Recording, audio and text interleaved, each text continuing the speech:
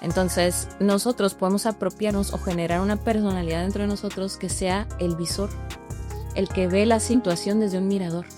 ¿Sí? Sin tintes de nada. Es el estoico, el omnipotente, ¿no? Tienes dos opciones. O asumes la circunstancia en la que estás y decides transformarla, porque ya no hay congruencia y no empata, y eres consciente de esa falta de congruencia en ti mismo. O te quedas en la circunstancia y asumes las consecuencias de quedarte. Cuando una persona constantemente se valida, porque esto es algo bien importante para poder nosotros entender en dónde estamos generando valor para nuestra identidad.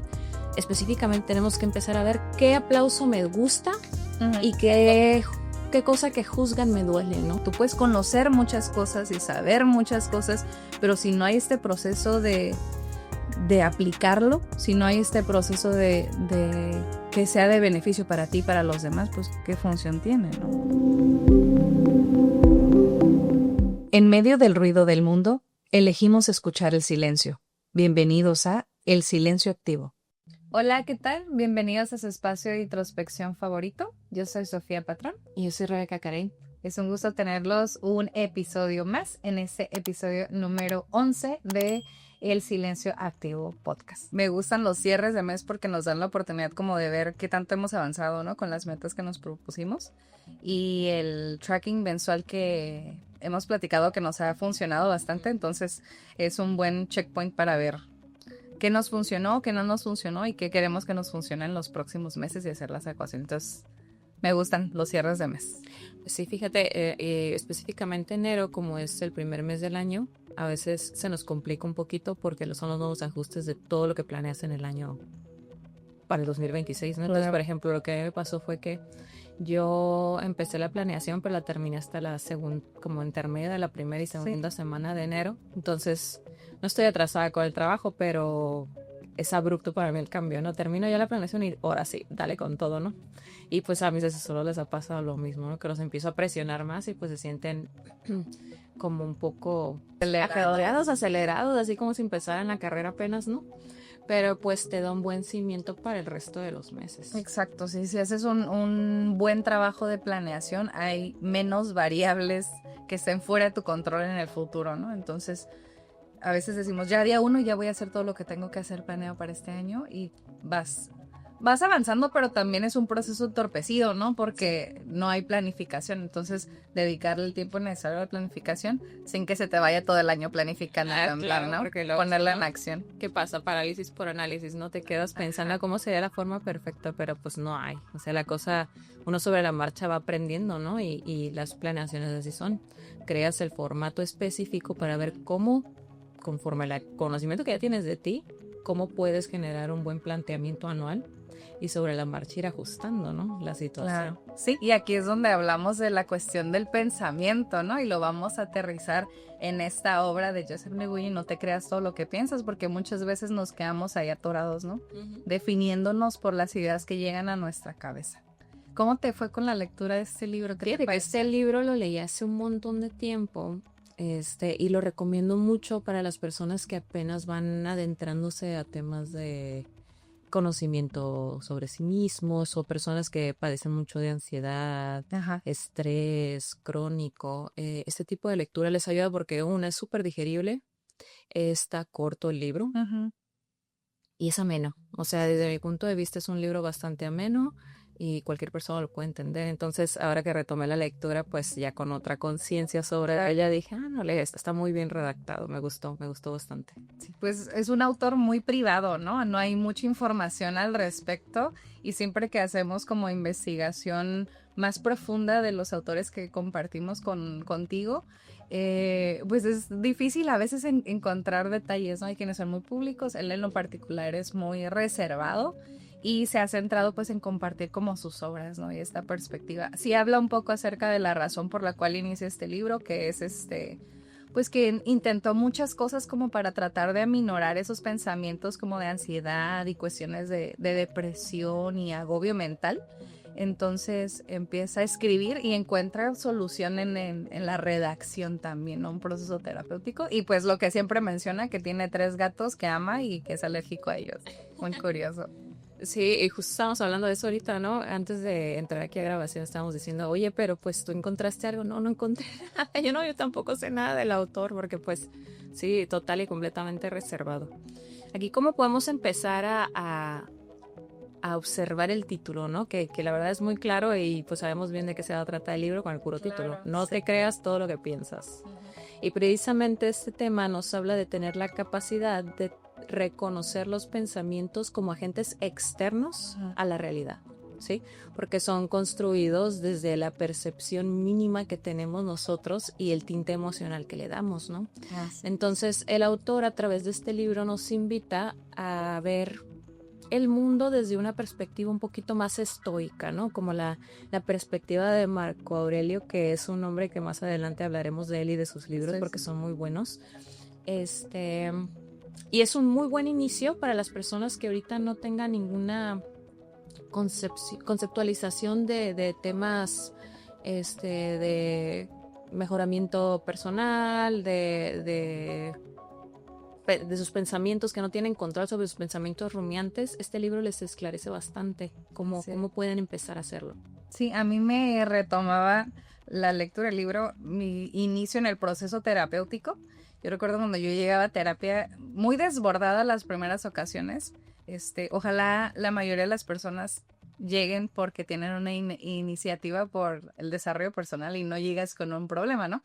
Pero la mayoría de nosotros llegamos desbordados a terapia, ¿no? Como ya superé las capacidades y habilidades que tengo de esta situación, entonces ayuda, ¿no? Auxílienme. Entonces cuando yo llegaba a terapia, recuerdo que las primeras conversaciones que tenía con mi terapeuta eran precisamente de definir estas cuestiones, el pensamiento, la emoción y el sentimiento. Y yo creo que eso es algo que el autor aborda con mucha claridad y como dices tú, es muy útil para las personas que van empezando en este proceso, ¿no? Entonces, mi terapeuta me decía, es que tú tienes emociones, ¿no? O sea, tú sientes cosas a través a través de tu cuerpo, a través de lo que observas, de lo que escuchas, de lo que sientes.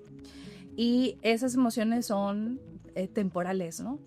Cuando se sostiene es porque les imprimimos un tinte a través de lo que pensamos. Entonces yo me pasó una experiencia determinada y a partir de que yo estoy, como mencionas tú, este concepto de rumiar, que es como estar refrescando y refrescando la idea, la sostengo.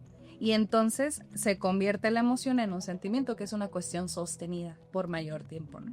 Entonces me recordó esa parte como de la iniciación de la terapia. Creo que es un libro muy, muy interesante y precisamente aborda esta idea principal también hasta en la portada, ¿no? Empezando con la cuestión de qué es el sufrimiento y cómo nosotros somos partícipes de esta idea, ¿no? De sufrir. Sí, porque la adoptamos como también pienso un tema generacional, ¿no? Que no se nos enseña. Porque así como el tema cultural, como nos enseñan a actuar, también todas las cosas que no nos enseñan es algo cultural, ¿no? Claro. Y esta educación respecto a las emociones y el cómo aprender a pensar a nuestro favor es algo que pues desde la infancia se debería empezar a cultivar, ¿no? Pero pues como la sociedad en la que vivimos todavía no llega a ese punto de conciencia pleno, pues estamos aprendiendo sobre la marcha cómo llevar estos procesos, ¿no? Entonces aquí uno de los planteamientos importantes es reconocer la mente le trata de imprimir a la emoción, porque recuerden esto, el cuerpo por sí solo, antes de que tú le generes un pensamiento crítico a lo que te está pasando, el cuerpo reacciona de manera inmediata, ¿no? Independientemente de que algo real haya pasado, ¿no? Por ejemplo, imagínense que ustedes llegan a un lugar que ya conocen y en este lugar lo ven como más lleno de gente. Entonces tú llegas y dices, ay, hay mucha gente nueva, ¿no? Y te empiezas a sentir incómodo, pero mentalmente tú todavía no tienes esa percepción de que hay gente nueva, ¿no? Primero lo sientes porque lo sientes diferente el espacio. Después, ¿qué es lo que hace la mente? La mente trata de ponerle ¿por qué me siento así? ¿Ok? Entonces, a partir de esto y conforme a lo que plantea el autor, es aprender a ver los pensamientos que nos llegan como algo externo, ¿sí? Y dejar de apropiarlos como una realidad concreta porque por lo general no lo son así. Inclusive cuando estamos hablando de recuerdos de las personas, cada vez que uno va a un recuerdo, lo va cambiando. Entonces tu recuerdo no siempre va a ser el mismo porque la mente muta. Entonces cuando tú acudes a una memoria, la memoria no es un archivo textual en donde tú voy y lo abro y cada vez que lo abro es exactamente igual, ¿no? La memoria está llena de tintes emocionales. Entonces, dependiendo del tinte emocional que tú tengas en la actualidad, es la forma en la que vas a modificar la situación de una memoria y empiezas a crear toda tu vida y todo tu contexto psicoemocional en función a eso, ¿no? Entonces, es empezar a vernos, es un tema un poquito complejo que más adelante probablemente lo toquemos a grandes rasgos para que lo conozcan a mayor profundidad y puedan entender bien cómo son sus procesos cognitivos, pero darles así como que la pichada de más o menos por dónde va la cosa para que vayan entendiendo cómo debemos de separar el pensamiento textual, lo que va escribiendo mi mente y lo que va pasando en mi cuerpo y lo que va haciendo la realidad externa son tres cosas total y completamente distintas. Claro, y es esta reflexión que a veces se hace, ¿no? De que pueden ir dos personas a la misma fiesta y te la van a contar de manera diferente porque vivieron situaciones diferentes que están ancladas también a cómo se sintieron en determinado momento, ¿no? Y no hace mucho escuchaba una charla del doctor Gabor Mate con una persona y ella le decía de una situación traumática que ella había vivido y él trataba como de ayudarla a desmenuzar esa situación, ¿no? Y le decía, es que lo que te duele no es lo que te pasó, sino la reacción que tuvo tu entorno cuando tú compartiste determinada noticia. Y eso es, desmenuzamos lo que estás compartiendo, ¿no? O sea, no es la circunstancia como tal, sino el procesamiento que le damos a determinada circunstancia y que tanto nos sentimos dueños de nuestro dolor. Lo hablábamos en episodios anteriores. Tienen la oportunidad, si tienen la oportunidad, acérquense a escuchar los episodios anteriores donde hablamos acerca de que nos sentimos como entitled, ¿no? Como que me merezco mi dolor y ya lo transité, entonces lo sigo aferrando aquí y no le doy la oportunidad de soltarlo. Sí, porque el dolor, el victimismo y otro tipo de conductas que por lo general nocivas las apropiamos para tratar de justificar nuestras acciones y nuestros patrones de conducta, ¿no? Sí. Y me ha tocado verlo y trabajarlo con distintas personas, incluyéndome a mí, ¿no? Claro. Que a veces la narrativa nociva y la narrativa mental con la cual yo justifiqué mis conductas de vida me sigue funcionando y yo la sigo adoptando y la sigo peregrinando, ¿no? La sigo exponiendo al mundo para tratar de mantenerme cómoda en la forma en la que vivo. Y pues en algún momento te explote la cara, ¿no? Pero lo general y lo que siempre los invitamos es no se esperen a que la realidad les explote en la cara, ni tampoco se esperen a vivir una vida que no les gusta, ¿no? Hay que empezar a modificar los patrones de pensamiento y a distinguir cómo es que funcionan y cuál es la función real dentro de nuestros procesos internos, porque si estamos diciendo la realidad física, la realidad estructural de tu cuerpo y la realidad mental son tres cosas distintas, quiere decir que hay tres filtros para que tú puedas percibir el mundo, ¿sí? Entonces, partiendo de esto, bien diría el autor, no se crean todo lo que piensan. Sí. A mí una noción que me ha ayudado a transitar mi vida con mayor facilidad, es la cuestión del segundo pensamiento. Y esta herramienta me ha ayudado bastante a deslindarme de algunas nociones, ¿no?, que yo tengo. Y la noción del segundo pensamiento es que lo que nos define no es el primer pensamiento que viene a mi mente, sino el segundo pensamiento. ¿Por qué? Hemos hablado en episodios anteriores acerca de cómo vamos creando nosotros nuestra conciencia o nuestra voz interior, ¿no? Y esta se ve gestionada muchas veces por las circunstancias que hemos vivido a lo largo de nuestro crecimiento. Entonces, muchas veces esa idea que brota a tu mente solo es el resultado de lo que se te dijo muchas veces creciendo, ¿no? Entonces, si tú eres un niño, como hablábamos en algún momento de temas de escasez, Entonces nosotros crecemos con estas ideas que se nos van imprimiendo y las escuchamos y las escuchamos. Entonces comienzan a ser parte de nuestro bagaje de conceptos y cuando tienes una circunstancia llega ese pensamiento, ¿no? Entonces la idea del segundo pensamiento es que, bueno, ya llegó a mi mente, pero ahora lo digiero, ¿no? Es una perspectiva diferente la que habla el autor, pero a mí me ha ayudado a transitar, ¿no? Porque es, a ver, ¿de dónde viene ese pensamiento que llegó? Y lo desmenuzo porque yo soy una persona muy mental. Soy una persona que está ahí pensando y recurrentemente trato de analizar, a ver, ¿de dónde llegó este pensamiento? ¿Por qué me llegó este pensamiento? Y a mí me ha ayudado a transitar, ¿no? Pero a diferencia de mi mecanismo que yo he utilizado, Niguyin habla de que los pensamientos ahí están, ¿no? Y tú tienes que desarrollar la capacidad de verte como ajeno a tu cabeza. Y yo creo que esa es una aportación muy sutil y muy sencilla, pero en realidad en la práctica es compleja. Sí. Porque es desapegarte de pensar yo soy lo que yo pienso y eso es lo que me define, esa es mi identidad. Porque nosotros tenemos esta necesidad arraigada de quién soy, ¿no?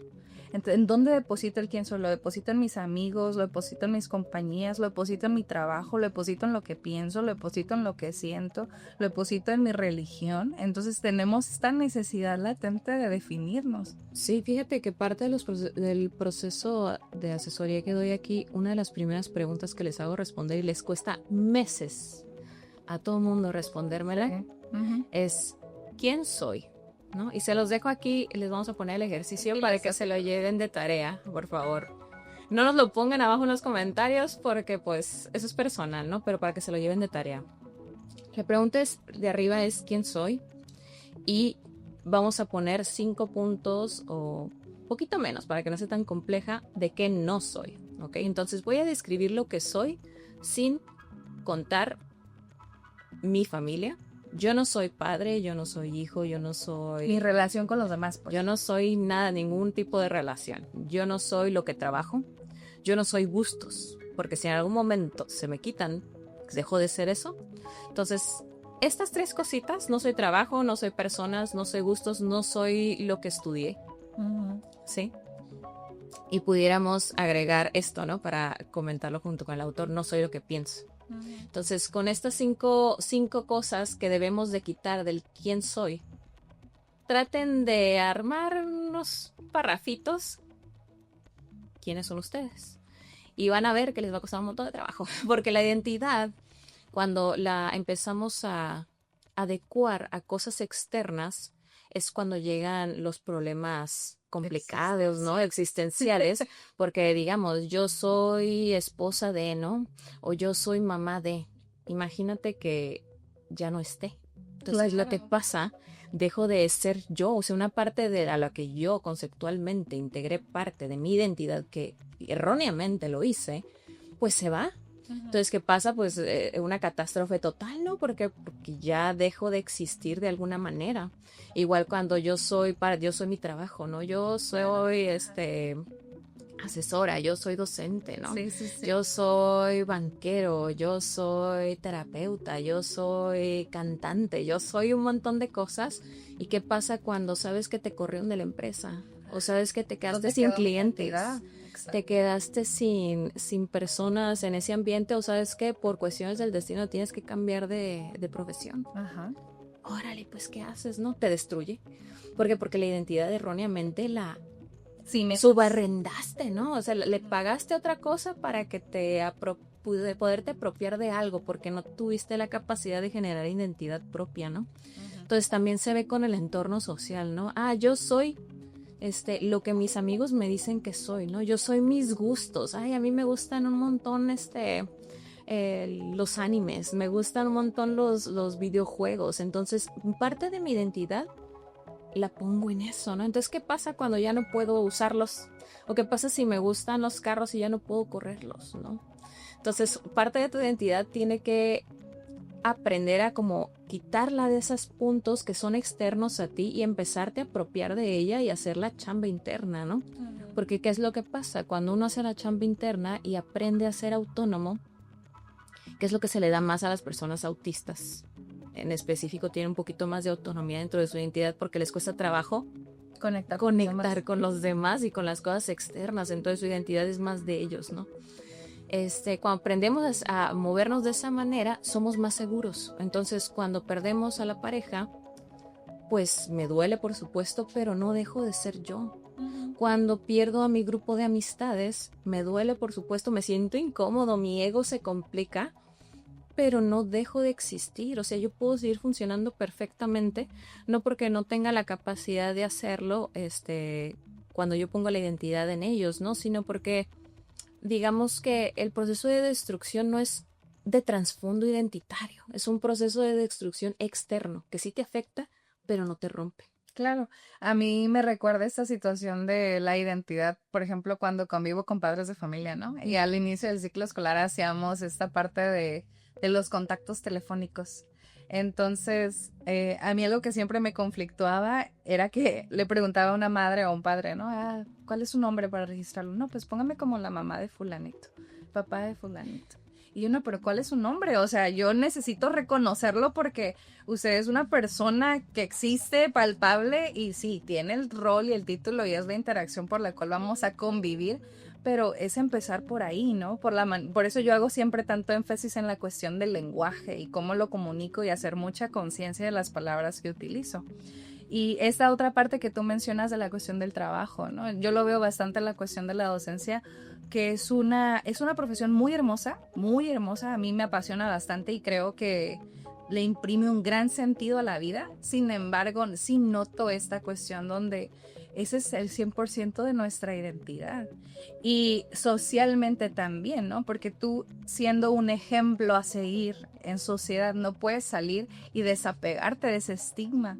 Porque ¿cuántas docentes no han perdido su trabajo por algo ajeno a su trabajo? Porque las personas lo ven como que, pues es un role model, no puede tener vida personal o no puede interactuar de otra forma. Entonces, algo que me recuerda es cuando preguntamos esto, ¿no? Como, ¿y tú a qué te dedicas? Y recordaba yo hace unos episodios una interacción que sucede en otros países, ¿no? Como en Italia, tú preguntas a qué te dedicas y la gente no habla de trabajo. Así es. La gente habla de sus hobbies, la gente habla de sus pasiones, la gente habla de lo que crea. Entonces, cuando nosotros fundamentamos nuestra identidad, como bien mencionas, en cuestiones que son temporales, que en realidad todo es temporal, ¿no?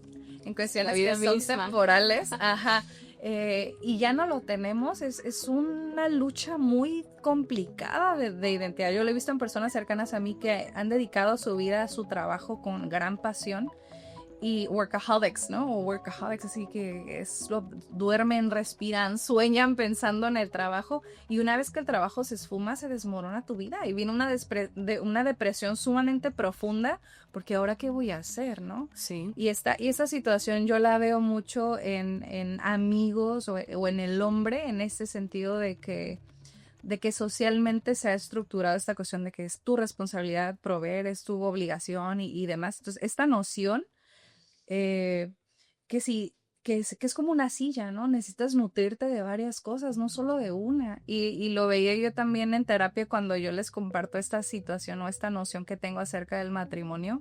Y hablaba con mi terapeuta y decía, es que el matrimonio es una silla de 4 patas, o sea, la cuestión financiera, es la cuestión de pareja, son varios aspectos que hay que considerar. Y si uno no está bien fortalecido, se desmorona, como en cualquier aspecto de nuestra vida. Entonces necesitamos pulir todos los aspectos y llevar a cabo una vida integral y en congruencia. Sí, mira, y aquí nos pudiéramos poner un poquito más complicados, ¿no? En el tema de la identidad, en cuestión de que, ok, yo no soy mi trabajo, pero sí soy las cualidades que yo expreso dentro de él, ¿no? Ajá. Entonces, por ejemplo, cuando una persona constantemente se valida, porque esto es algo bien importante para poder nosotros entender en dónde estamos generando valor para nuestra identidad.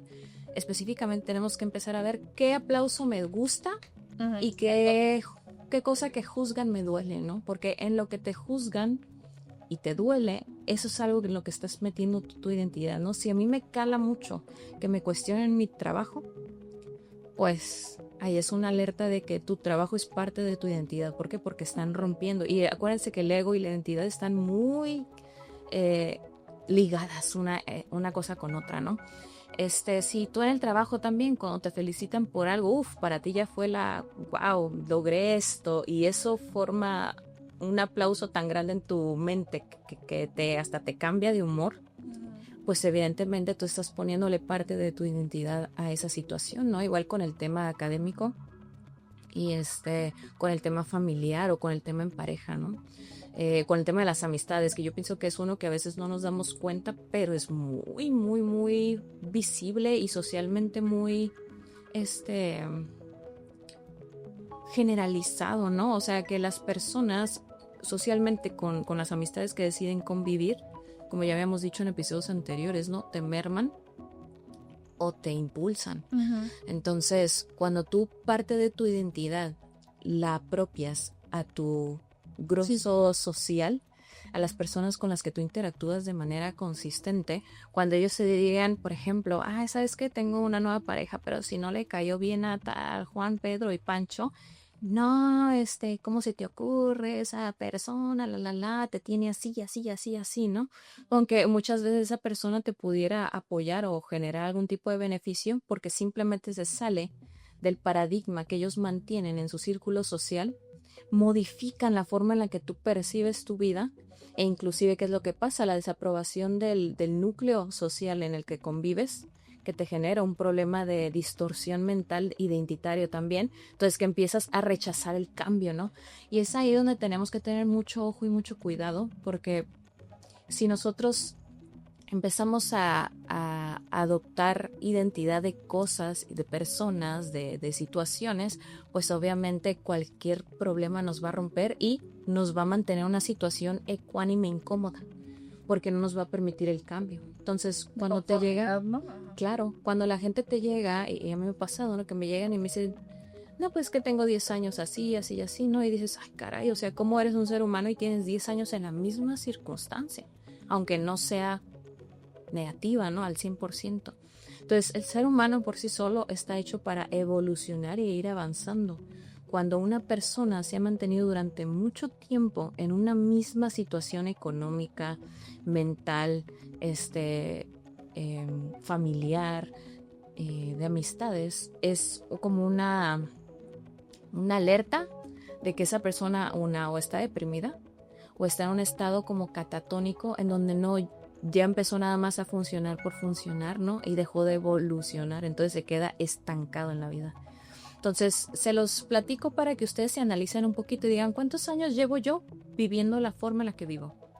Y analícense, digan, ¿por qué no he dado un siguiente paso en algo de mi vida? Porque eso en algún momento los va a llevar a un punto de ansiedad, de depresión, porque el ser humano no está hecho para mantenerse tanto tiempo en una misma circunstancia. Claro. Y ahora tocar este tema y plantear lo siguiente. Cuando ustedes conocen a alguien que constantemente está hablando de lo que le pasó antes, es también un tema identitario, porque no es nada más a las cosas, sino a lo que me pasó antes. Le apropio tanto valor que ahora solo reproduzco de manera mental lo mismo.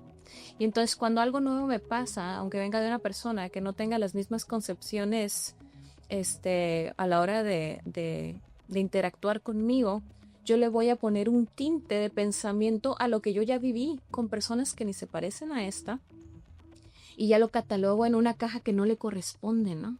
Entonces es empezar a aprender a ver que cuando nosotros tenemos interacciones de la vida con personas o interacciones laborales o interacciones académicas, de lo que quieran, aprender a quitarle esa distorsión mental que se generó, porque si no nos educaron de niños a generar esa conceptualización alterna de lo que pienso, lo que siento y lo que veo son tres cosas distintas, obviamente ahorita de adultos no vamos a poder hacerlo, y es nuestra tarea empezar a conceptualizar y a quitar los conceptos que no le corresponden a esta persona, porque pues yo ya sé que los traigo de mi familia, ¿no?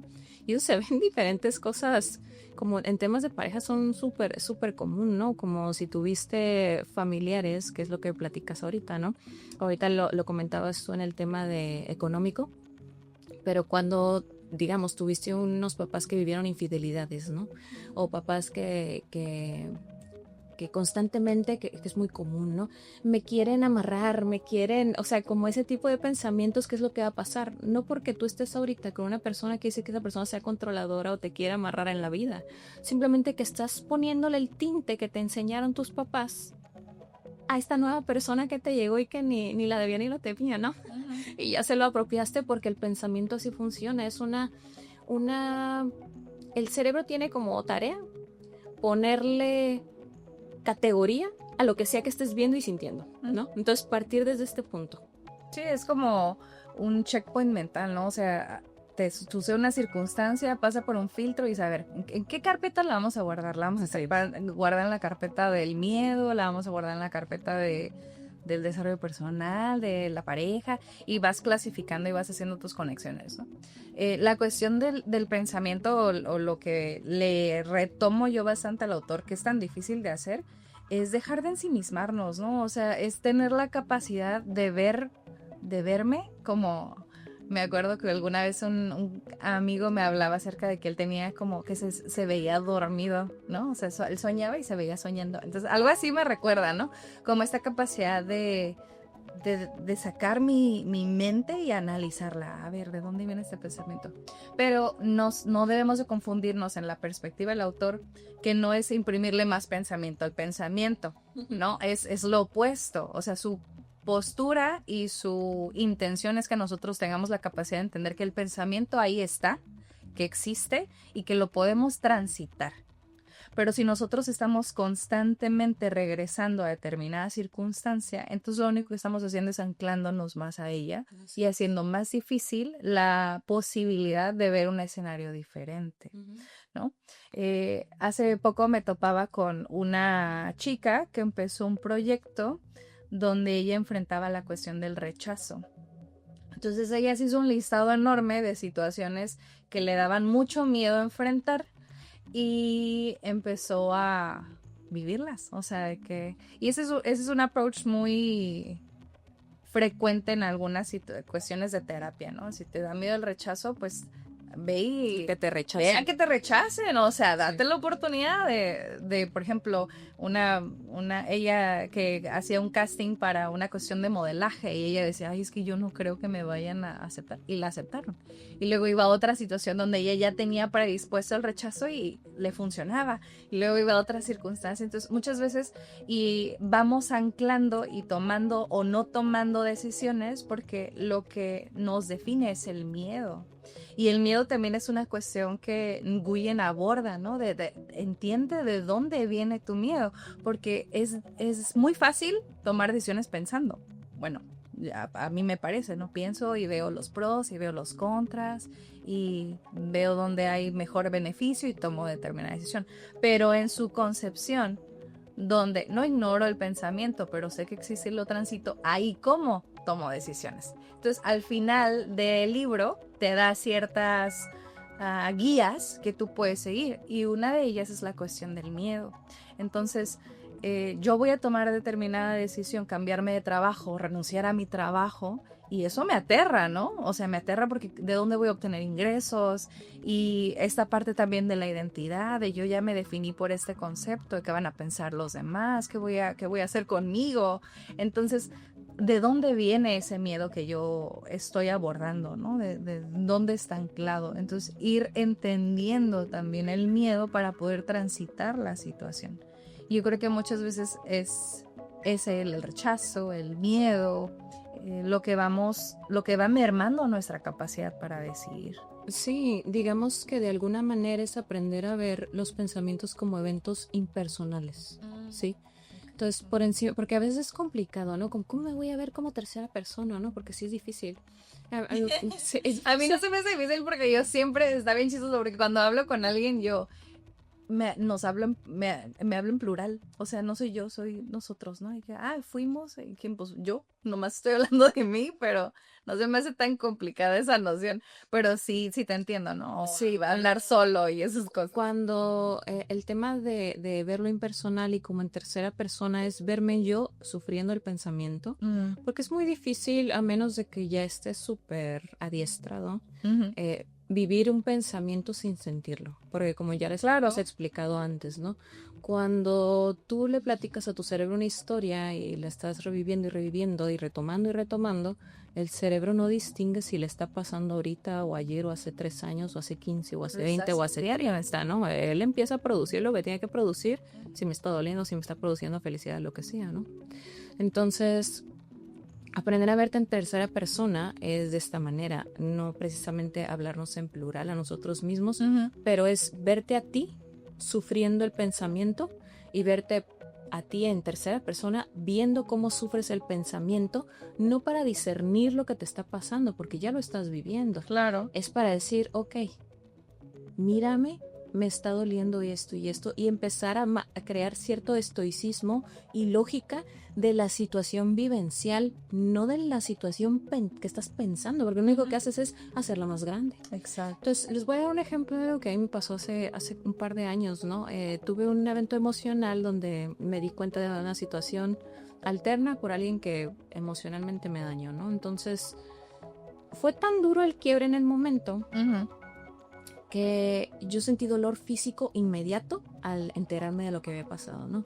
Entonces pasó algo bien raro, que me despersonalicé inmediatamente de mí y me vi así como dices tu amigo, en sueños, ¿no? Que se vio por encima, me vi yo así en lateral, dije, ve cómo te tiene la situación. Y el empezar a verte de manera lateral o desde otra perspectiva, la misma situación que estás viviendo, te embona los 3 puntos de la vida, la realidad, o sea, porque yo sabía perfectamente qué estaba pasando. Yo sabía qué tinte emocional estaba dando, pero pude verme por encima de eso, la situación completa, lo que yo vivo dentro de la realidad. Claro. Esa es la situación completa. Sí, pero no se trata de, ¿de dónde viene este pensamiento? No, se trata de ver, me está pasando esto por esto y punto. Deja de darle vueltas a la cosa, ¿sí? Entonces, esa situación para mí fue muy rara porque la sentí así, o sea, físicamente fue extraño, porque es físicamente extraño. Y con el paso del tiempo lo he podido reproducir de alguna manera, pero no siempre se da, ¿no? Entonces, cuando les llega a pasar una situación así, ¿qué es lo que tenemos que hacer? Empezar a generar un pensamiento alterno que sea como tu filtro. Y suena extraño, ¿no? Pero ¿han visto la película de Fragmentado? Que el hombre tiene la Patricia y como 20, son como 7 personalidades, ¿no? Las que tiene. Todos en nuestra forma interna tenemos fragmentaciones así mentales. La diferencia del personaje fragmentado y nosotros es que él se despersonaliza de esas personalidades, valga la redundancia, ¿no? Entonces, nosotros podemos apropiarnos o generar una personalidad dentro de nosotros que sea el visor, el que ve la situación desde un mirador. ¿Sí? Sin tintes de nada, es el estoico, el omnipotente, ¿no? Y esa perspectiva me ayuda bastante aquí, más con personas también cuando trabajo, que ok, vamos a generar esta nueva personalidad, ¿no? Y empezar a trabajar con ella, porque no siempre te van a pasar procesos donde tú, pum, porque físicamente el impacto fue tan grande que te personalizas, ¿no? Así. Pero, pues si aprendes a generar a través de la práctica ese otro personaje que te va a ayudar a fragmentarte de una manera más positiva y empezar a ver la realidad desde un punto más sólido. También cuando tengas momentos o emociones muy complejas, vas a poder transitarlas mucho mejor y te vas a poder regular más rápido, porque no estás viviendo nada más la emoción, estás viéndote dentro de una emoción y te sacas, o sea, tú mismo te sacas de ahí y dices, órale. Claro, yo lo relaciono con, por ejemplo, las cuestiones de la fidelidad y la infidelidad que tú mencionabas, ¿no? Esta noción de que cuando entras a una relación y una persona te falle o no, ¿no? Entonces, en mi entender, y yo creo que eso es algo que a mí me ha ayudado a transitar las relaciones, es que la otra persona es dueña de sus decisiones. Y eso no tiene nada que ver conmigo. O sea, yo le voy a entrar a una relación y cada uno le va a aportar diferentes cuestiones y al final de cuentas lo que la otra persona decida hacer o no es su tema, ¿no? Como dices tú, evidentemente va a haber dolor y vas a transitar, es un duelo que hay que vivir, pero pues no es mi tema, ¿no? Ese es tu tema, entonces tú vas a lidiar con esa situación, no yo. Y a veces suena como muy... Ay, qué fría persona o qué manera de pensar tan fría. Maybe, pero a mí me funciona. O sea, a mí me funciona pensar, bueno, cada quien es responsable de sí mismo, Cada quien va a tener que asumir las consecuencias de sus decisiones y sus actos y podemos coincidir en algunas cuestiones, pero no lo que tú haces no tiene que ver conmigo, tiene que ver contigo, con tus carencias, con tu perspectiva de vida, ¿no? Otro tema en lo que yo lo he visto y a mí me ha ayudado a transitar la vida es la cuestión precisamente del duelo, de la pérdida de una persona. Y yo creo que eso está fundamentado evidentemente en mi concepción de la vida, la muerte y lo que conlleva después de la muerte y demás. Pero cuando yo he tenido situaciones de pérdida de una persona, entender ese desapego para mí es sencillo de llevar, siento yo. Para mí es sencillo llevar por mi concepción que tengo de ese concepto. Y entonces a veces es muy incomprendido, ¿no? Cuando tú tienes este desapego a esa situación, a que, qué fría, ¿por qué no llora? ¿Por qué no lo siente? Bueno, es que tengo mi propio proceso y tengo otra expectativa distinta, ¿no? Entonces, y esto está precisamente anclado a lo que yo pienso.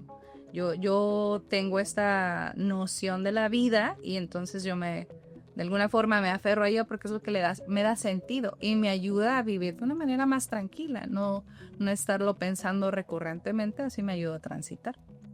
Sí, es bastante práctico hacer el proceso de pensamiento de esa manera, ¿no? Pero independientemente de eso, cuando las personas ya están inmersas en un proceso complicado, es importante generar herramientas externas, ¿no? O sea, externas pero dentro de ti.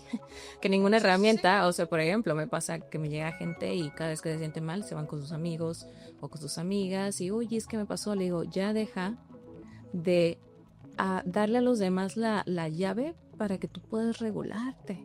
O sea, el que nosotros constantemente estemos haciendo eso, estamos posponiendo el trabajo que tenemos que hacer desde ya.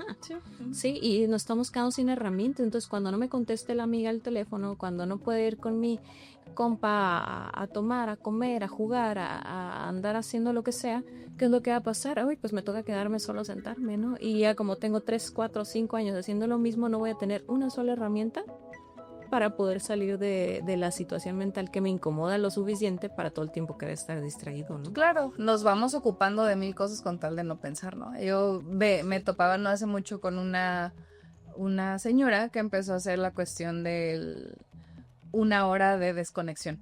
Entonces, todos los días se sienta en su cama, pone un timer de 1 hora y se sienta a existir. O sea, ni se pone a escribir, ni se pone a ver la tele, ni se pone a tomar nada, simplemente está ahí sentada existiendo. Y esa situación yo no la he llevado permanentemente en mi vida, pero en ocasiones la he llevado a cabo y es muy funcional, porque a mí me ha funcionado en entender o en digerir qué pensamiento llega a mi cabeza.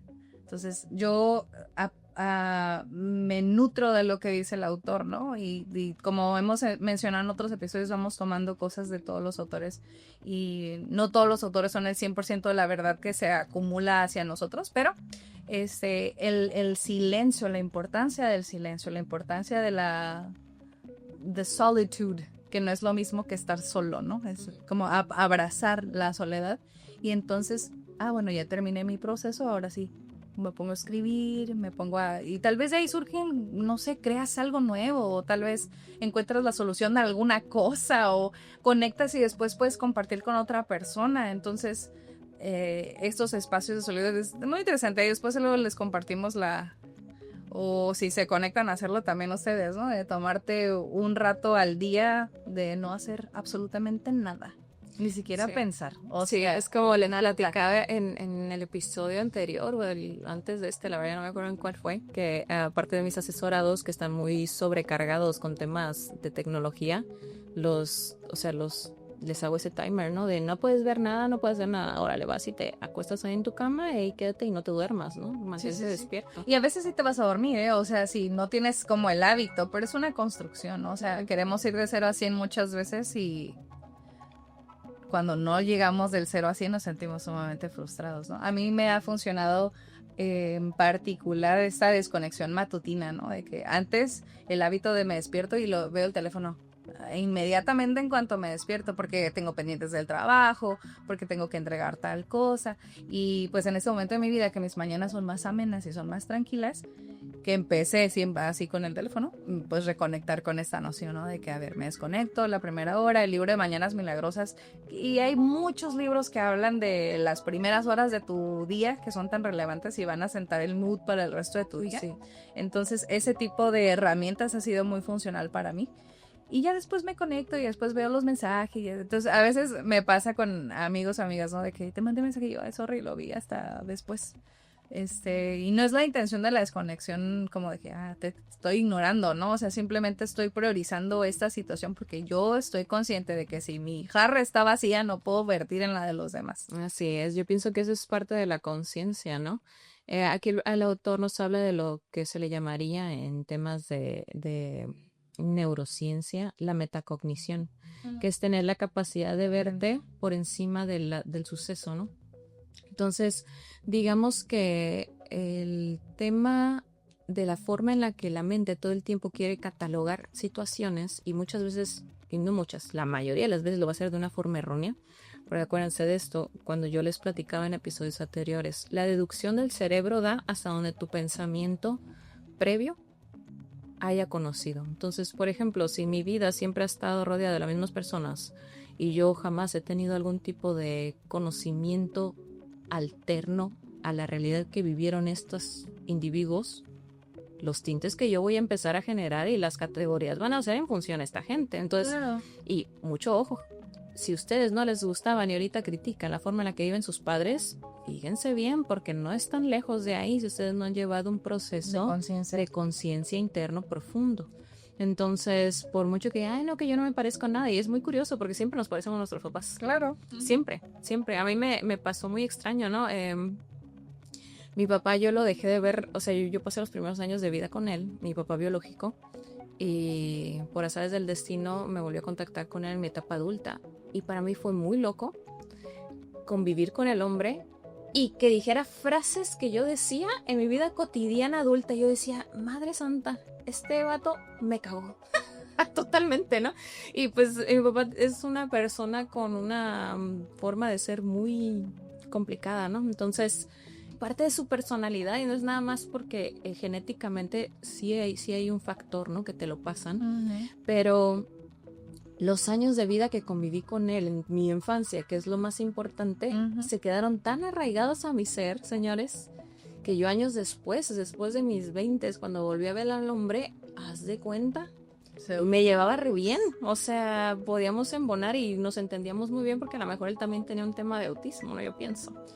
Sí, entonces digo, ay, porque yo a veces muy abrupta, ¿no? Yo todo esta manera de poderme comunicar bien con las personas lo aprendí ya en mi etapa adulta porque de niña se me notaba muy duro que pues el tema del autismo, ¿no? Pues yo no entendía cómo daría que los filtro, ¿no? Así es, modular la voz, aprenderle a hablar a la gente para que te entiendan lo que quieres que te entiendan porque tu necesidad no es ofenderlos, ¿no? O sea, es como eres nada más tú. Entonces, a mí me tocó pasar de un filtro a otro, ¿no? Empezar de la identidad como muy propia a empezar a modularla para que socialmente fuera aceptable, ¿no? Y suena medio loco, pero pues así pasa a veces, ¿no? Uno tiene que modularse y aprender a generar el filtro externo para que te puedan entender como quieren, porque como hablábamos la vez pasada, el tema de la comunicación no es yo soy y que me aguanten, no. O sea, uno tiene que aprender a transmitir el mensaje para que las personas lo puedan percibir. Porque si no, solamente eres un bicho raro en la sociedad que nada más te va a entender lo que estén igual de piratas que tú. Sí, y es responsabilidad, ¿no? Es la responsabilidad de entender que no porque yo crecí de determinada forma y es que yo soy así, pues puedes cambiar, o sea, cuestiónate. Y como tú dices, todos, y hablaba también el doctor Peterson, ¿no? Ves el reflejo en tus hijos y en tus padres. Entonces, que me desagrada de mí, que me desagrada de ellos, pero yo estoy replicando, ¿no? Así es, sí, es bien interesante porque a veces las personas tendemos a no querernos ver en el reflejo de las personas que nos criaron, ¿no? Porque tendemos a ser jueces duros. Sí. Los hijos siempre tendemos a ser jueces duros de los padres. Y no es por justificar a nadie, porque hay cosas injustificables, y eso lo puedo decir hasta de mi experiencia propia, ¿no? Pero el entender la situación y aprender a verte dentro de ellos te ayuda a no generar los mismos errores que tuvieron, porque muchas veces, como les digo, o sea, generamos cierta forma de percibir la vida que va muy acorde a lo que ellos mismos hicieron cuando convivían con nosotros, ¿no? Entonces, se los repito, chicos, si ustedes ven a sus padres que no tenían buenas relaciones amorosas, buenas relaciones amistosas, y ahorita en su vida no te gusta como la están viviendo, analiza dónde estás tú parado igual que ellos y qué cosas has repetido en tu vida, porque sí o sí estás repitiendo cosas. Si tú no te has puesto a educarte al respecto, si no has llevado procesos terapéuticos, estás repitiendo cosas. No hay manera de que no. Esto no es, yo soy diferente a los demás y soy la excepción a la regla. No, no eres la excepción a la regla. Eres la regla igual que todos los demás. O sea, así funciona el cerebro de las personas. Tendemos a reflejar lo que nos pasó. Entonces acuérdense de esto, el filtro y la forma en la que catalogamos la generamos de niño. Entonces, ¿con quién estabas conviviendo de niño? Sí, tu ejemplo, ¿no? Así es. Y con base a lo que tú viste de tu familiar o de tu tutor de niño, es lo que ahorita sigues haciendo si no has llevado un proceso adecuado de educación. Y eso no a fuerza es con un terapeuta, o sea, es educándote. Y educándote no de tu entorno, porque vas a escoger tu entorno igual al que te educó. Entonces es aprender a ver fuera de tu círculo para poder empezar a generar ese nuevo filtro y a crear este personaje que es el que te va a ayudar a salir adelante, ¿no? El señor del faro, el que te va a ver por encima de la tormenta y va a ver dónde están las piedras y te va a decir, órale, yo te saco, ¿no? El que te va a aventar el salvavidas. Sí, es imprimirle esta personalidad a nuestra identidad, ¿no? Que tenga la capacidad, más allá de racionalizar, que pues también es una herramienta funcional, como el desconectar. Más bien es como el desconectar, es este plug a ver, voy a desconectar el plug emocional que estoy viviendo en este momento y simplemente voy a ver la circunstancia. ¿Qué está sucediendo? Ok, está sucediendo esto, está bien, lo voy a transitar. No tengo que estarle imprimiendo sufrimiento a esta situación, porque el sufrimiento, desde la perspectiva del autor, el sufrimiento es una decisión. Yo decido sufrir. Las circunstancias me acontecen, pero yo decido quedarme ahí en esas circunstancias, ¿no? Entonces, para él, en esta última parte de la obra, empieza como a cerrar con determinadas guías, lo que yo les mencionaba, ¿no? Y él habla acerca de que la manera en que podemos dejar ir nuestros pensamientos negativos o las disonancias de pensamiento que en algún momento yo les compartía con el doctor Peterson, que a mí me ayudó a entender mi forma de pensar, es el sistema de la pausa, ¿no? Es la propuesta de Nguyen, ¿no? La propuesta de la pausa. Si estás muy abrumado con determinada circunstancia, recurre a estos elementos, P-A-U-S-A, ¿no? La pausa, pues simplemente la cuestión de la respiración, lo hablábamos en el episodio donde analizamos el libro el puente donde habitan las mariposas. Si tienen la oportunidad, regresen a él.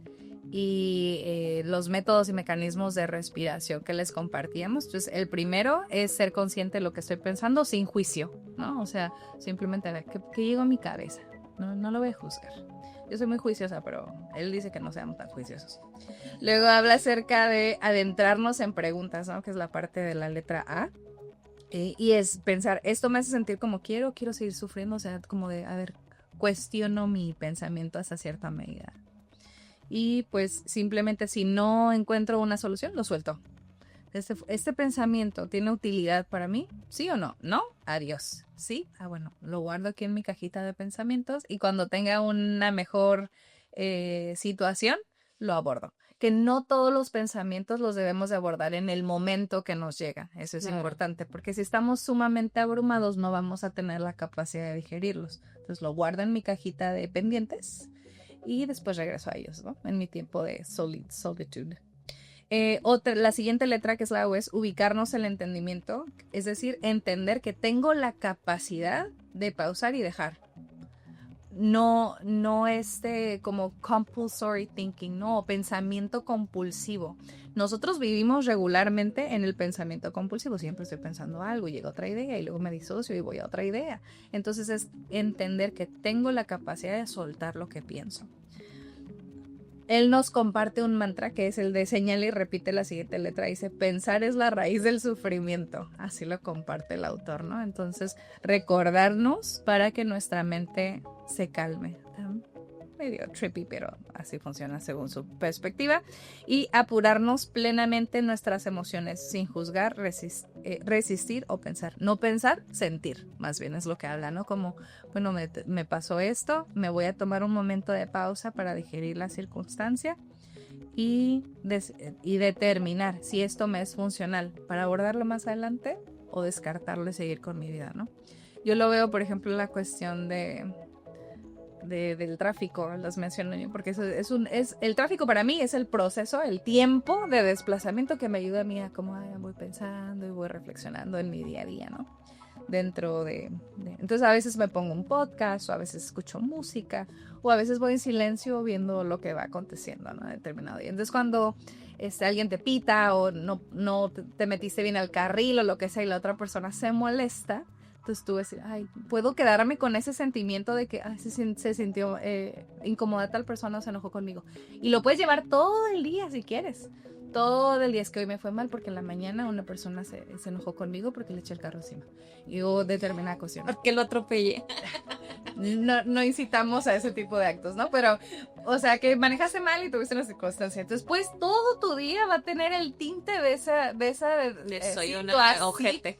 Soy una mala persona y lo recordamos. Es una forma de victimizarse. Claro. Si ustedes tienden a hacer eso, eres una víctima de la vida. Entonces tú vas a decir, es que como me pasó eso y luego me pasó esto malo y luego me pasó esto malo y ahí vas en el círculo vicioso del pensamiento negativo. Entonces ok, pues ya pasó, sorry, una disculpa, voy a ser más cuidadosa la próxima vez y ya. O sea, ya le sigo. Hace poquito me pasaba con un alumno esta semana que hizo algo, dijo una grosería, no sé, a otro compañero. Entonces, la maestra pues le llama la atención, va con nosotros a dirección y pues se platica con él. Y el niño estaba destrozado, o sea, porque tuvo una consecuencia de que, bueno, tienes que ser más consciente de cómo te comunicas y bla, bla, bla. Y pues cuando lleguen tus papás vamos a hablar con ellos. Entonces, él no podía desapegarse de la situación, estaba abrumado, estuvo llorando yo creo como que 1 hora y no se podía tranquilizar. De qué es que va a pasar después y regresamos a ver, nos vamos a calmar, esa situación ya pasó, más que pensar qué hiciste es, a ver, qué va a pasar en consiguiente, qué te está enseñando esa situación. Bueno, me está enseñando que en futuras ocasiones debo ser más cuidadoso en la manera que me comunico con los demás. Ok, ya está. ¿Por qué estamos anclados a esa situación? Bueno, probablemente para él era por la posible consecuencia, ¿no? Me van a regañar, me van a castigar. Y nosotros pensamos igual. Por eso a mí me encanta trabajar con niños porque, digo, son adultos chiquitos y los adultos son niños grandotes. Así me hace pensar. Entonces, para Neguyen, ese sistema de la pausa es la mejor manera en que podemos desconectar ese switch de el pensamiento soy yo, sino que el pensamiento está allá y yo lo analizo, veo si me es funcional o lo descarto. Muy interesante la cuestión de estas guías. Sí. Y tiene un librito práctico también el autor. Sí, miren, para que esto funcione es necesario que tengamos la capacidad de vernos con honestidad. Y si no estamos adiestrados para hacerlo, la verdad es que la percepción que tengamos sobre nosotros mismos va a estar igual de mal catalogada que lo que hemos hecho con los demás, ¿no? Entonces, sería importante que ahora que vayan a empezar este proceso, si es que están dispuestos a hacerlo y empezar a observarse desde un punto externo, sí. Se den cuenta de los vicios que tienen, vicios mentales, ¿no? El tema de la victimización, y cómo la podemos encontrar, porque yo pienso que es de los más peligrosos, ¿no? La victimización, porque te merma mucho la capacidad de hacerte cargo de tus consecuencias, de tu realidad y de los posibles resultados que vayas a tener. Ajá. Entonces, ¿cómo sé si soy víctima de mí mismo y de mis pensamientos? La primera es, si yo constantemente me estoy echando la culpa de las cosas, yo soy la víctima. Porque me estoy generando un autoconcepto de soy el verdugo de los demás, pero lo hago con el afán de obtener ¿qué? ¿Sí? Si con la víctima yo siento dolor de, me equivoqué, hice el otro y aquello, y no siento la capacidad de, ok, ¿qué tengo que hacer? Y genero una actitud que vaya acorde con el daño a lo mejor que yo provoqué, quiere decir que tú nada más eres víctima de tu propio diálogo, porque en realidad no hay un cambio estructural real. Sí, es una manera y espero que se entienda. Solo no quieres sentirte mal con lo que hiciste. Así es. Entonces, ¿qué pasa? Adopto la identidad de verdugo, la identidad del malo, para poder decir, no, pues que por lo menos lo admito, ¿no? Pero no hago nada que vaya acorde con una resolución de un tema o que vaya acorde con lo que yo ya no quiero ver en mí. Entonces, ¿qué es lo que pasa? Y esto es algo bien delicado que debemos de aprender a distinguir en nosotros. Cuando nosotros vemos y casi atropellamos a alguien en el tráfico, decimos, ay, y empezamos a adoptar ese de, bueno, no importa, ya pasó, no pasa nada, no lo vuelvo a hacer. Y luego al día siguiente lo vuelves a aventar el carro a alguien. ¿Qué es lo que está pasando? Eres una persona inconsciente que conforme vayas acumulando ese tipo de eventos, vas a empezar a mermarte tú solo. Porque como yo les comentaba, uno puede ser el tema del infiel, ¿no? Uno puedo ser infiel toda mi vida si quiero, pero en algún punto eso me va a alcanzar, no porque algo me haga la gente, sino porque el autoconcepto mío va a ser tan podrido que no voy a poder vivir con mi propia personalidad. Entonces, ¿qué es lo que pasa? Empiezo a generarme autocastigo, empiezo a autoflagelar para poder sobrellevar de manera consciente la vida que yo ya generé en mi pasado. Y eso me ha tocado verlo físicamente con personas, o sea, eso yo lo he visto. Y eso tiene en neurociencia, digamos que el autoconcepto, cuando tú lo perjudicas tanto, tú no le puedes ganar al inconsciente. Aunque nosotros de manera consciente queramos generarle tintes distintos a la realidad, el inconsciente la percibe como es. Entonces, cuando tú vas en contra del tejido social y haces cosas que sabes que no están bien, en algún momento te lo va a cobrar, y si no te lo cobra con enfermedad, te lo va a cobrar tomando malas decisiones de manera constante, te lo va a cobrar tomando malas decisiones en el trabajo, porque inconscientemente tú te necesitas castigar. Más adelante vamos a tomar estos temas para que ustedes vean cómo funciona ya el inconsciente de esa manera, porque son temas bien complejos que los trabaja Carl Jung y otro tipo de cosas, pero los vamos a juntar con neurociencia para que empiecen a ver cómo la biología y el inconsciente trabajan juntos para tratar de generar ecuanimidad en las personas. Entonces acuérdense de esto, cuando nosotros de manera inconsciente tenemos un autoconcepto, por mucho que nosotros verbalicemos eso y por mucho que nosotros creamos generarnos una nube mental, una nube rosada de nuestra realidad, el inconsciente siempre va a seguir funcionando conforme a la realidad, lo que yo hice con mis acciones. El resto es buscar justificación, ¿no? A las circunstancias, como hablábamos el episodio anterior. Si yo sé que estoy haciendo algo que yo justifico como que, bueno, es que me está generando ingresos, bueno, es que está mejorando mi circunstancia de vida, bueno, pero independientemente de ello, sé que estoy generando un daño. Por más que yo quiera justificarme, eventualmente eso me va a cobrar factura. Claro. Con relaciones personales, con mi propio entendimiento, con mi propia paz, ¿no? Entonces, hay que ser muy conscientes de los alcances que tienen nuestras decisiones, y lo que hemos abordado en episodios anteriores. Tienes dos opciones: o asumes la circunstancia en la que estás y decides transformarla, porque ya no hay congruencia y no empata, y eres consciente de esa falta de congruencia en ti mismo, o te quedas en la circunstancia y asumes las consecuencias de quedarte y del conformismo que eso conlleva. Entonces, pues, una invitación a hacer mucha conciencia de esas situaciones, ¿no? Y de ver otros esquemas de entender el pensamiento. Sí. Ver otros esquemas. A mí me gusta la forma también en que aborda Nguyen acerca de la importancia del ambiente, de la importancia de que tu pensamiento también es importante, que el espacio que te circunda sea agradable para el pensamiento. No recuerdo si les compartía yo en el espacio o en lo personal, pero tengo un espacio debajo de mi escalera que es como un cuartito ahí, como una bodeguita. Y yo estaba buscando como un espacio precisamente para hacer estos procesos de introspección, porque yo los hago en mi cama, no me siento en mi cama y ahí me pongo a analizar la vida y las circunstancias.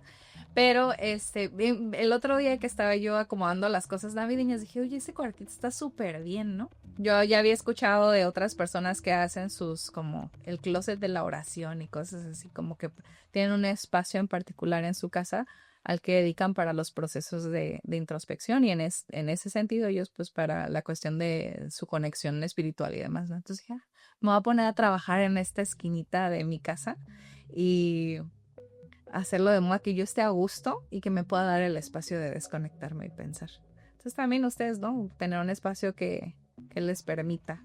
Sí, y igual son diferentes herramientas, ¿no? Porque no siempre tenemos la oportunidad, pero no siempre el espacio tiene que ser como que uno físico. Pueden ir a un lugar que les recuerde algo o que les permita mantenerse en paz, ¿no? Y poder desconectarse.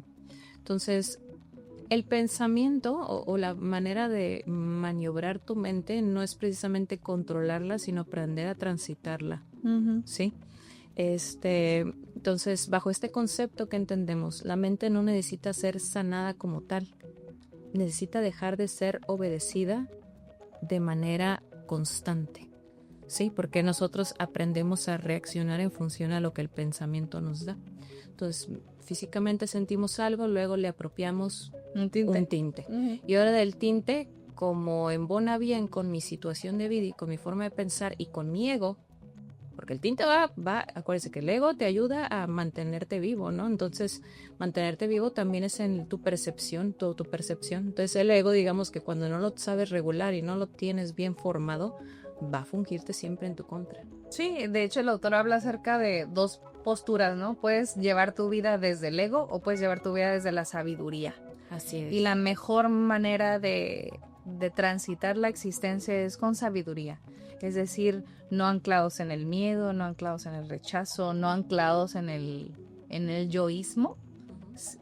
O sea, de alguna forma sí, pero no tanto. O sea, no con esa impresión de es que todo me pasa a mí, es que todo depende de mí, sino entender que las circunstancias suceden, yo tengo la capacidad de aprender algo de las circunstancias y hay circunstancias que suceden que simplemente son para que yo pueda pasar por ellas, ¿no? Pasar por ellas y llegar a un resultado más adelante en otra construcción. Sí, y es aprender a ver en qué punto de conciencia estamos. Si ustedes son personas o conocen personas que son de los que no es que yo soy así, no es que yo soy así porque me pasó esto, no, o sea, ya no es nada más yo soy así y acéptenme, aguántenme. Ahora yo soy así porque me pasó esto, o yo soy así porque tengo este tipo de conductas, ¿no? Entonces empiezan a tratar, y es lo que les digo del inconsciente, ¿no? El inconsciente no es capaz de vivir en incongruencia. Entonces, cuando tú percibes incongruencia con lo que estás verbalizando y lo que mentalmente ya sabe que pasó, si tú estás constantemente diciendo y tratando de generar una realidad alterna nada más con el verbo, vas a empezar a crear fragmentaciones nocivas dentro de ti. Ya no va a ser el señor del mirador que te va a sacar te va a mandar el salvavidas para sacarte de la tormenta del agua, ¿no? O el señor del mirador que generaste te va a mandar una piedra para que te hundas. Sí, entonces es aprender. Y no siempre se persigue así, y esto es lo que me gustaría que se les quedara bien grabados. Muchas veces no percibimos que el señor del mirador que generamos, el que ahorita nos está aventando la piedra, nos la está aventando, porque estamos tan acostumbrados a esa forma de vivir y estamos tan acostumbrados a esa forma de catalogar la vida que creemos que estamos en lo correcto, ¿no? Entonces esa parte de aprender a desprendernos del ego de esa manera y empezar a cultivarnos, y esto lo voy a seguir diciendo, yo creo que en cada episodio es importante generar una conceptualización teórica de todos los procesos mentales y de todas las situaciones de vida, porque nuestra perspectiva y nuestra forma de ver las cosas está muy sesgada siempre, y solamente a través de nutrirte de un montón de perspectivas y de conocimiento denso es lo que te da la capacidad de verte por fuera de ese agujero o de esa situación para poder catalogar las cosas bien en la vida. Sí, esta noción, ¿no? A veces platico yo con mi familia, ¿no? Y la idea de la educación como una manera de crear conciencia. Yo no estoy al 100% de acuerdo con la concepción de la educación como una manera de hacer conciencia, porque tú puedes estudiar muchas cosas y nunca hacer conciencia.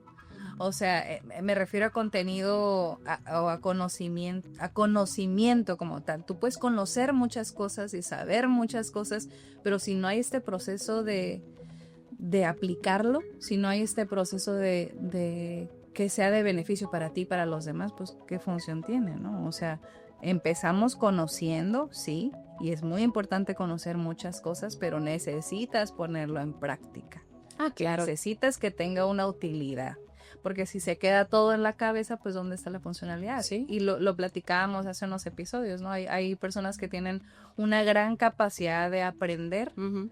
pero en la vida no son funcionales. Sí. Entonces es un balance, es una vida en equilibrio, ¿no? Hay que considerar todos los aspectos para que nuestra vida sea llevadera para nosotros y para los demás también. Ajá. Sí, y es aprender a vernos desde un punto más humilde, porque si bien, por ejemplo, ahorita uno ya puede tener cierto bagaje, ¿no? Al final del día, conforme uno más va aprendiendo de las cosas, te das cuenta que de verdad no hay mucho, o sea, hay mucho más que aprender, ¿no? Claro. Y eso no quiere decir que todo el tiempo voy a vivir en duda, pero siempre con una pregunta sobre ti mismo, ¿no? Y es algo que pues me ha tocado aprender a golpes con la vida de el cuestionarme todo lo que hago y por qué lo hago. Entonces yo llevo un diario y se los dejo aquí como experiencia que me ha servido un montón. Yo desde hace muchos años, que serán unos 10 años más o menos, yo llevo un diario no como, ay, hoy me pasó, no.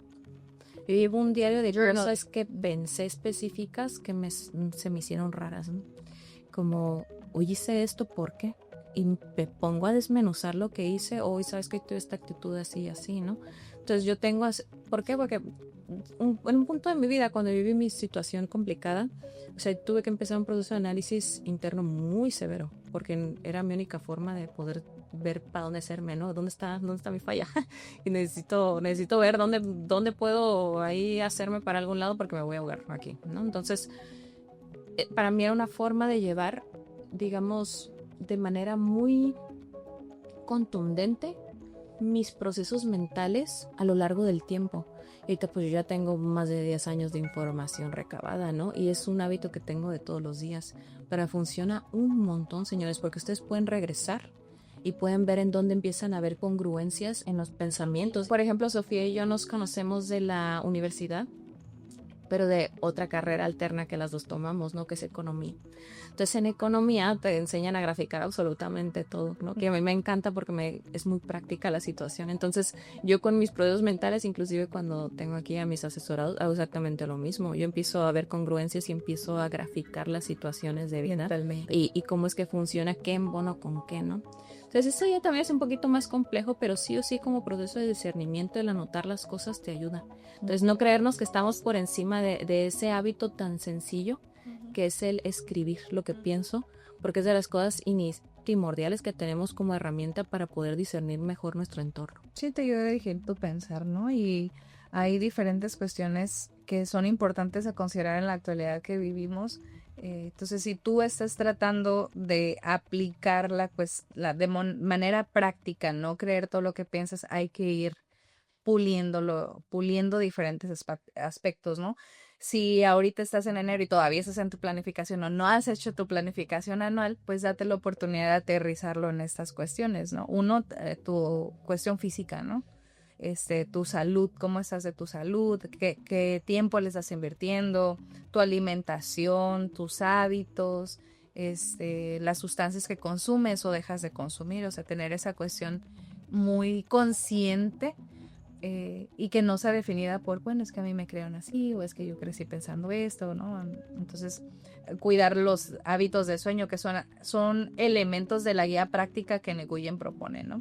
La cuestión del entorno físico que te comentaba yo, no solo el espacio y el orden que eso implica, sino los ambientes en los que te desenvuelves, las personas con las que te rodeas.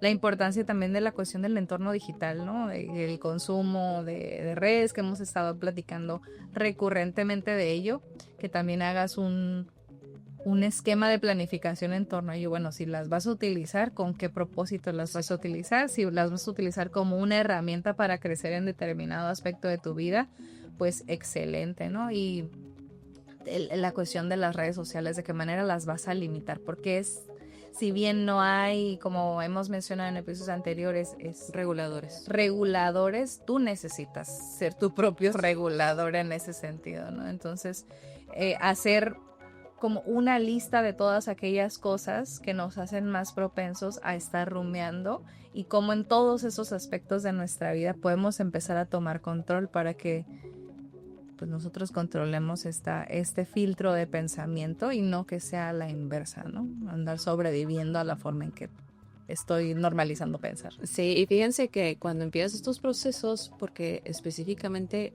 alguna vez con una de mis exparejas me llegó a decir, es que yo, hasta ahorita ya me da risa, ¿no? Que me dijera eso, pero te empiezas a volver un poquito tajante en muchas cosas, ¿no? Cuando ya empiezas a adoptar todos estos hábitos, y me acuerdo que en algún momento me comentaban, decían, es que yo quiero vivir normal, yo quiero vivir normal, o sea, si quiero... de normalidad. Aquí no existe la normalidad. Me decían, es que tú todo el tiempo estás pensando en lo que ves y en lo que piensas, y que le digo, pues es que... Es de lo que hablamos. No puedo retroceder, o sea, no es porque va a ser más fácil ahorita, me estoy preparando para más adelante y para que la Rebeca de mañana no esté batallando tanto, ¿no? O sea, yo me acuerdo que en su gran desesperación me decía, es que como que quiero una persona normal, y dije, es que no hay eso aquí, o sea... Yo no puedo retroceder en mi proceso, ¿no? Y cuando ustedes empiecen a vivir su vida así, créanme que se van a topar con amistades, con familiares que les va a decir, oye, ¿por qué tan intenso, no?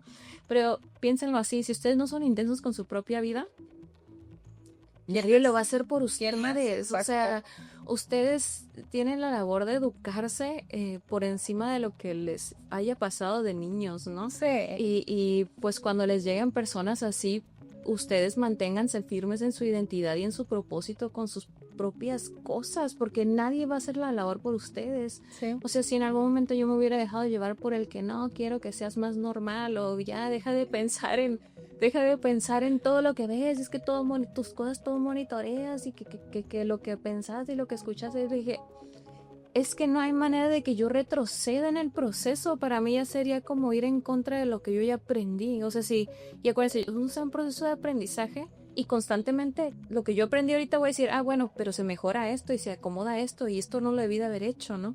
Porque todo es un estira y afloje y ir coordinando y acomodando los engranes. Entonces, cuando les pase esto, más adelante no se desanimen. Uh-huh. No se desanimen y ustedes sigan con su proceso, porque créanme que mantenerse en eso les va a mejorar mucho la vida y la forma en la que se llevan con ustedes mismos. Sí, a ti que estás dándote este espacio de acompañarnos en el Silencio Activo Podcast, pues hacerte la invitación, ¿no? Para suscribirte a nuestros canales y si ha brotado en ti esta semilla de, bueno, a ver, yo quiero cambiar mis circunstancias, quiero cambiar la forma en que veo la vida, ya no me está siendo funcional con las herramientas que poseo, es una invitación para que te incorpores a la comunidad, que seas parte de este equipo no normalizado, ¿no? Donde no estamos en conflicto con la normalidad, porque el despertar consciente es anormal. Sí. La conciencia es anormal. Qué maravilla que fuera la normalidad para todos. Y si estás empezando en este transitar, pues que nos acompañes. Te agradecemos por escucharnos y conectarte con nosotras, porque como bien mencionamos, no estamos aquí en afán de adoctrinar, ¿no? Simplemente de plantear espacios donde podamos discutir ideas, donde podamos cuestionarnos, donde diga, a ver, yo no pensaba así, pero ¿qué le puedo aprender a esta forma de percibir el mundo? Entonces, que tengas oportunidad de conectarte y seguirnos compartiendo, ¿no? Ser parte de hacer comunidad. Igual si hay algún tema en particular que sea de tu interés y consideras relevante que lo platiquemos, pues también hacérnoslo saber, ¿no? Para ir nutriendo este desarrollo personal. Y nosotras hemos platicado, ¿no? No siempre vamos a abordar libros que van acorde a lo que nosotras creemos, ¿no? Y yo creo que eso es lo más maravilloso de este espacio, que puedo yo no coincidir al 100% con algunas perspectivas de los autores, pero me dan otra forma de ver la vida. Y eso enriquece, ¿no? Claro, es el apropiarte de los conocimientos de todos, ¿no? Y a lo mejor es lo que te digo, agarra lo que te abona y lo que va acorde con todo lo que ya aprendí. O sea, si te dedicas a cultivarte, y ya tienes ciertas ideas de esto sí funciona, esto no funciona, porque hasta ya los practiqué, o sea, no nada más se quedó en teoría. Sobre eso vas construyendo tu realidad y vas diciendo, a lo mejor este autor dice esto bueno, pero siento que le falta esta otra parte, ¿no? Que menciona a otra persona, o esto que yo aprendí en esta situación en específico, ¿no? ¿Por qué? Porque consecuentemente me ha dado buenos resultados. Sí, empezar a sacar conclusiones al respecto. O sea, tú aprendías. O sea, no nada más aprendas y órale, se queda en teoría. Y yo quiero enseñarle a la gente cómo hacer un negocio, pero nunca he hecho uno. O sea, mijo, no hay manera. Tienes que salir, hacer las cosas y si te sale bueno, chingón. Así quédate y enseñar a los demás. Pero si no te salió y nomás te quedaste con la teoría, pues no hay manera. Sí, entonces, señores, no se queden con lo que decimos otras. Váyanse a ver al autor, como le decimos en cada episodio. Sí. Vayan a leer. Ahí tiene muchas propuestas interesantes, ¿no? Habla también acerca de la ansiedad, de cómo puedes combatir estas cuestiones mentales rumiantes. Entonces, tiene muchos libros interesantes. Y la próxima semanita vamos a empezar a platicar respecto a temas de amor en pareja, amor familiar, amor de amistades, amor a sí mismos, ¿no? Entonces, conéctense para la siguiente semana. Y bueno, los invitamos la siguiente semana a conectarse. Ya saben, cada viernes a las 5 p.m. aquí vamos a estar tocando un tema nuevo, un libro distinto. Así los esperamos en todas nuestras plataformas, Spotify, YouTube, Instagram, Facebook. Muchas gracias y recuerden que aunque el episodio termina, el silencio continúa. Nos Hasta vemos. luego.